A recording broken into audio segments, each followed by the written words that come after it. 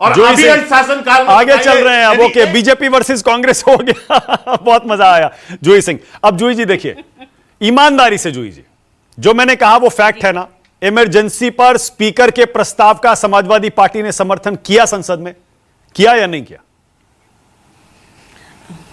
मानक जी, हम तो वो पार्टी हैं जो लाए हैं तूफान से कश्ती निकाल कर। तो तब भी जब इमरजेंसी गलत थी तो सही बात है, हमारे ऊपर बहुत अत्याचार हुए, चाहे जनेश्वर मिश्रा जी हो, नेताजी हो, मोहन सिंह हो, राजेंद्र चौधरी हो, जेल गए, यातनाएं सही। हमने लोकतंत्र के उन सेनानियों के लिए भत्ता, सैलरी और अन्य भी चीज़ों का प्रबंध किया। भारतीय जनता पार्टी आज बढ़ा दे। और दूसरी बात यह कि जो अघोषित इमरजेंसी जो भारतीय जनता पार्टी लागू कर रही है, हम उसके भी खिलाफ है। हम भूलेंगे कुछ भी नहीं, ना तो हम कोविड का कुप्रबंधन भूलेंगे, ना हम गंगा में तैरती हुई लाशों को भूलेंगे, ना तो हम किसान आंदोलन में जो इनकी संवेदनहीनता से मौतें हुई उनको भूलेंगे, ना तो हम ये जो पेपर लीक निरंतर हो रहा है, नीट का, नेट का, और ये जो एनटीए के जो आपके चेयरमैन हैं, इनकी क्या क्वालिफिकेशन है, क्या ये इस लायक है कि कोई पेपर करा सके? आप पेपरों को निरंतर रद्द कर रहे हैं। उत्तर प्रदेश सरकार की बात कर लीजिए, बहुत मर्यादा, बहुत अन्य बातें हुई। संविधान सर्वोपरि है, संविधान में अधिकार दिए हैं, संविधान में यह भी कहा है कि हमें काम करने की आज़ादी है, हमें नौकरी मिलेगी। 2017 से आज तक सारी नियुक्तियां उत्तर प्रदेश में लीक हो गई, कोर्ट में फंस गई। 69,000 शिक्षक भर्ती अभी भी फंसी हुई है। 6,800 लोगों को आरक्षण का लाभ नहीं मिल रहा है। आपके यहाँ 30 लाख पद खाली हैं सरकारी नौकरियों में, आप क्यों नहीं सृजन करके दे रहे हैं? आप आरक्षण का लाभ तो दे नहीं रहे हैं लोगों को। तो आप ये सारे मुद्दे क्यों नहीं उठा रहे थे जूही जी? आपकी पार्टी ये सेंगोल के पीछे क्यों पड़ गई है? ये सारे मुद्दे उठाइए। मानक जी एक बड़े दलित नेता हैं आर.के. चौधरी जी, लखनऊ से वो सांसद हैं, बगल से।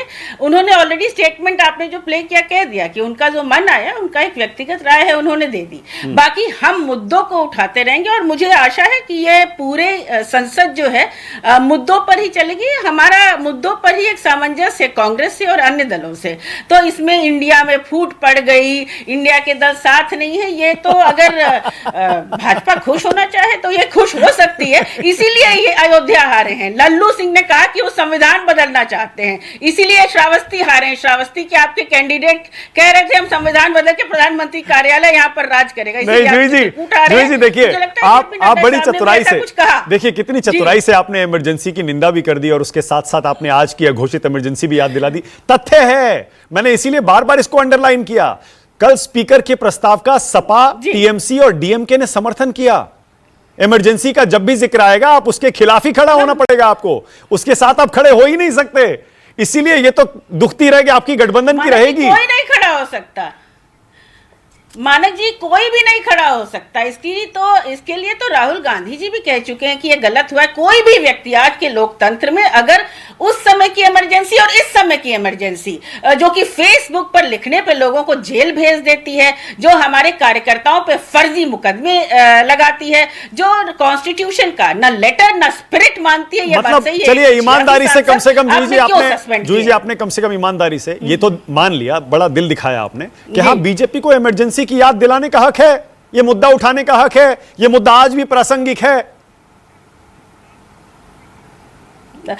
इस तरह के मुद्दे हमेशा प्रासंगिक रहेंगे क्योंकि सबको सीखने की जरूरत है। भारतीय जनता पार्टी ने कुछ सीखा नहीं है। भारतीय जनता पार्टी भी तो वही कर रही है। आज के दिन में अगर विपक्षी नेताओं को जेल भेज रही है, मुकदमे ले रही है और कहीं भी कानून के हिसाब से नहीं, आप एक बुलडोजर नीति के हिसाब से चल रहे हैं कि किसी का घर आप गिरा देंगे। आप सरकारी संस्थाओं को खत्म कर रहे हैं, जैसा पहले भी कहा गया, और नोटबंदी, इस तरह का फॉल्टी जीएसटी जिसमें आपने इतने संशोधन किए। और कहना भारतीय जनता पार्टी के तो कुछ प्रवक्ता कहते हैं कि इस देश में निर्धर्म, एक बात और कि लोग तो कहते हैं कि सोशलिस्ट और सेक्युलर होना भी गुनाह हो गया, ये कॉन्स्टिट्यूशन में क्यों लाया गया? तो ये कौन होते हैं ये बताने?